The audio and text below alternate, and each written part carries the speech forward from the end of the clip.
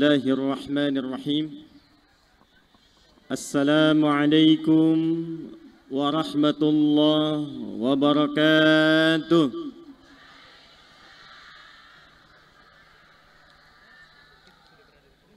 الحمد لله الذي فضل الأمة المحمدية إلى يوم القيامة،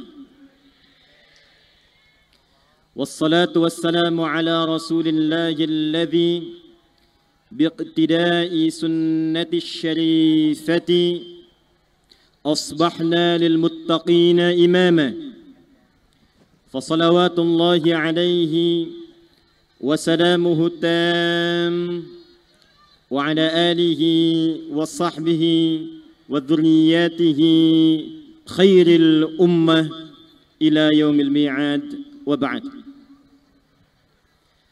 Yang kita hormati, kita muliakan Menteri Koordinator PMK sekaligus juga satu dari pimpinan pusat Muhammadiyah, Ayahanda Profesor Dr. Muhajir Effendi. Ini batiknya hijau, menandakan sekalipun telah berkiprah untuk bangsa dan negara, hatinya tetap Muhammadiyah.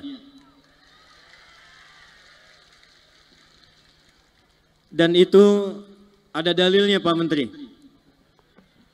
Jadi Muhammadiyah itu basicnya Quran dan Sunnah. Jadi pakaian pun itu ada dalil Qurannya. Bajunya hijau, kerudungnya yang digunakan Aisyah ini kuning keemas-emasan. Itu ada di Quran surah ke-18 ayat ke-31. Ulaika lahum jannatu adnin tajri min tahtihal anhar yuhallawna fiha min asawira min dhahab wa yalbasuna thiyaban khudra. Ada orang-orang yang nanti satu kelompok, satu masa, satu komunitas akan masuk bersama-sama ke surga melalui surga Aden. Mereka pakaiannya hijau-hijau. Hiasannya, kalau perempuan kerudung jilbabnya kuning keemas-emasan. Itulah sebabnya kenapa di Muhammadiyah bajunya hijau, yang perempuan kerudungnya keemas-emasan, karena diharapkan satu persyarikatan masuk surga bersama-sama dalam kebaikan. Tapi tidak cukup dengan amin. Harus dimulai dari ayat 30-nya. Innal ladzina amanu wa 'amilus salihati inna la nudhi'u ajra man ahsana 'amala. Semua orang yang beriman dan mewujudkan imannya lewat bentuk semua jenis amal soleh, usaha-usaha konkret, amal usaha yang soleh, maka ini yang akan mengumpulkan satu jamaah tadi masuk ke surga dengan hiasan yang mulia.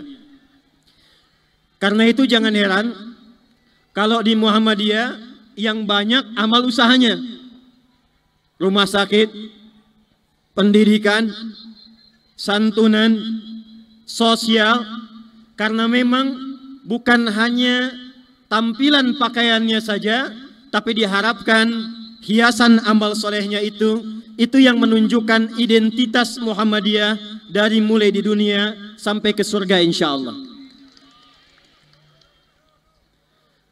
Kalau saya warnanya tidak hijau, karena memang tahun ini saya diminta khusus oleh Pak Profesor Haidar Nasir untuk menjadi bagian dari wakil pimpinan Majelis Tabligh Muhammadiyah.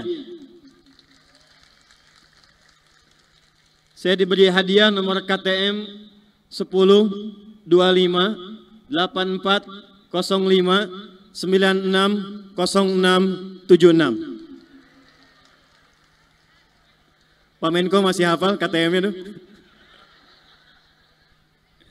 Yang saya hormati Bapak dan Ibu Wakil Bupati Cirebon, Kota Madya Cirebon, Wali Kota, dan juga yang menyertai. Yang saya hormati unsur Forkompinda Provinsi Jawa Barat, dari Polda yang mewakili, Kodam 3 Siliwangi atau yang mewakili, seluruh unsur Forkompinda dari Kabupaten dan Kota Cirebon, yang kita sayangi, kita doakan, dan dimohonkan sukses kepada Allah di hari ini, seluruh keluarga besar dan unsur pimpinan wilayah Muhammadiyah Jawa Barat, Pak Syuhada, yang kita doakan semoga senantiasa diberi kesehatan, kekuatan dan kemampuan yang hingga hari ini insya Allah sukses memimpin wilayah Muhammadiyah di Jawa Barat. Saya lihat di sini ada juga Profesor Hilman Latif. Selain unsur pimpinan Muhammadiyah, beliau juga Dirjen Bimas Haji. Profesor Dr. Dadang Kahmat, satu di antara unsur pimpinan Pusat Muhammadiyah. Dan yang paling saya cintai, seluruh warga Muhammadiyah dan Aisyah yang hadir di Stadion Kebanggaan di Cirebon ini. Pak Gubernur sudah pulang ya? Pancasila itu ada berapa? 5. Yang maju tadi kan 5 ya. Beliau hadiahkan yang ulang tahun 25 Februari, yang maju 5, tapi yang umroh 1 ya. Karena hari ini juga hari lahir putri saya yang keempat, maka yang 4 tadi kami lengkapkan untuk dapat umroh insya Allah.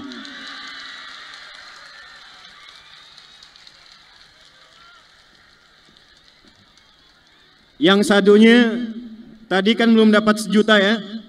Jadi semua dapat umroh dan semua dapat masing-masing 1 juta rupiah.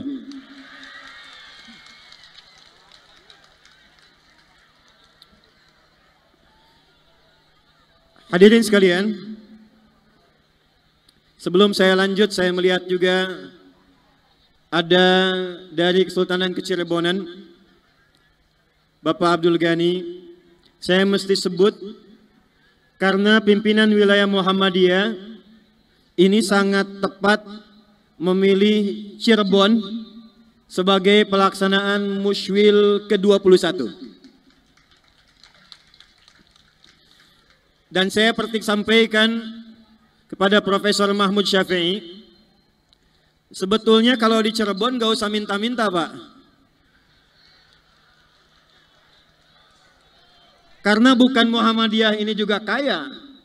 Karena nasab Cirebon itu tersambung nasabnya dengan pendiri Muhammadiyah Kiai Haji Ahmad Dahlan.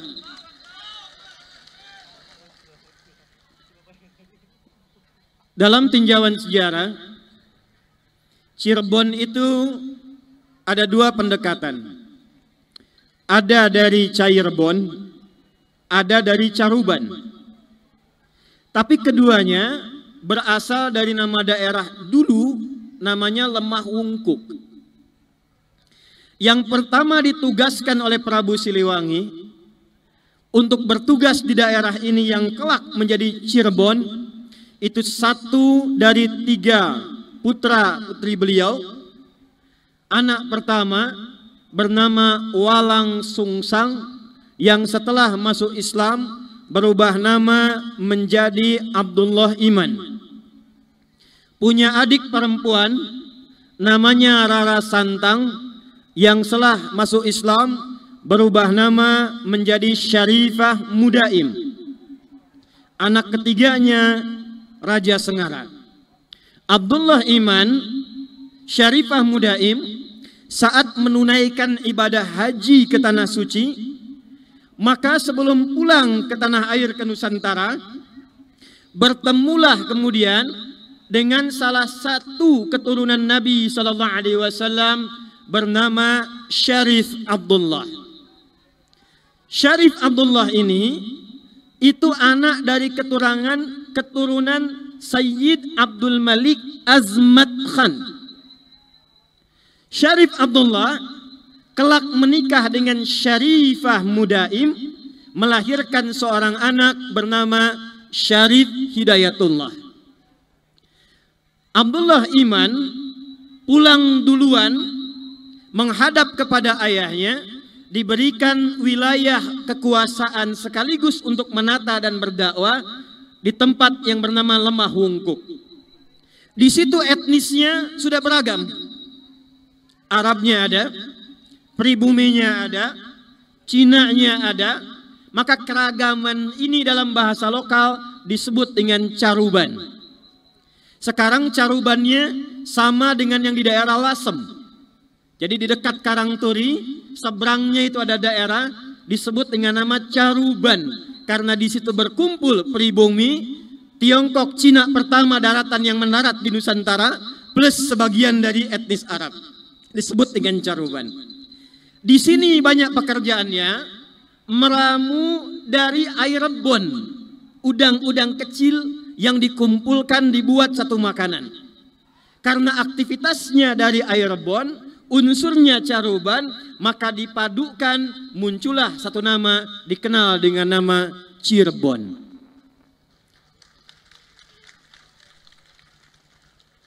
Syarif Hidayatullah singgah di Mesir, berguru kepada Ibnu Athaillah As-Sakandari, khusus kajian diantaranya Al-Hikam, lalu pulang bertemu juga dengan uaknya, bertemu kakeknya, diberikan wilayah di Gunung Jati, sehingga Syarif Hidayatullah dikenal dengan Sunan Gunung Jati.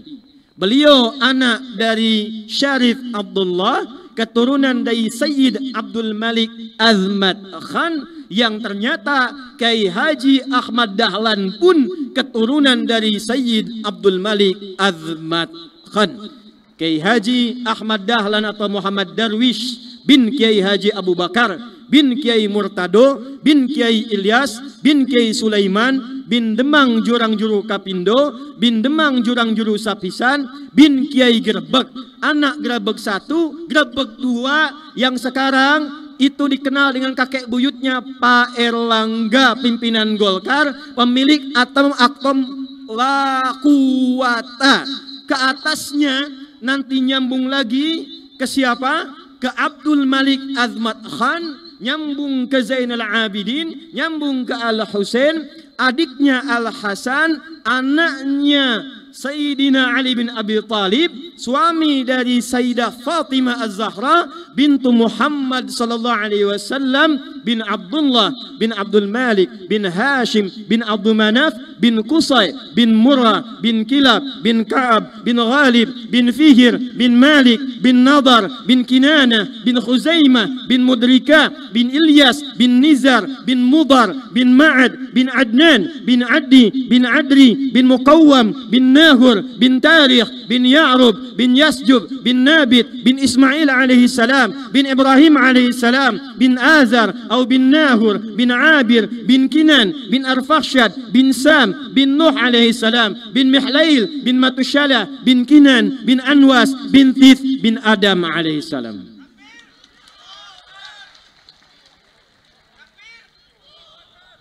Jadi Cirebon itu nasabnya nyambung dengan Muhammadiyah.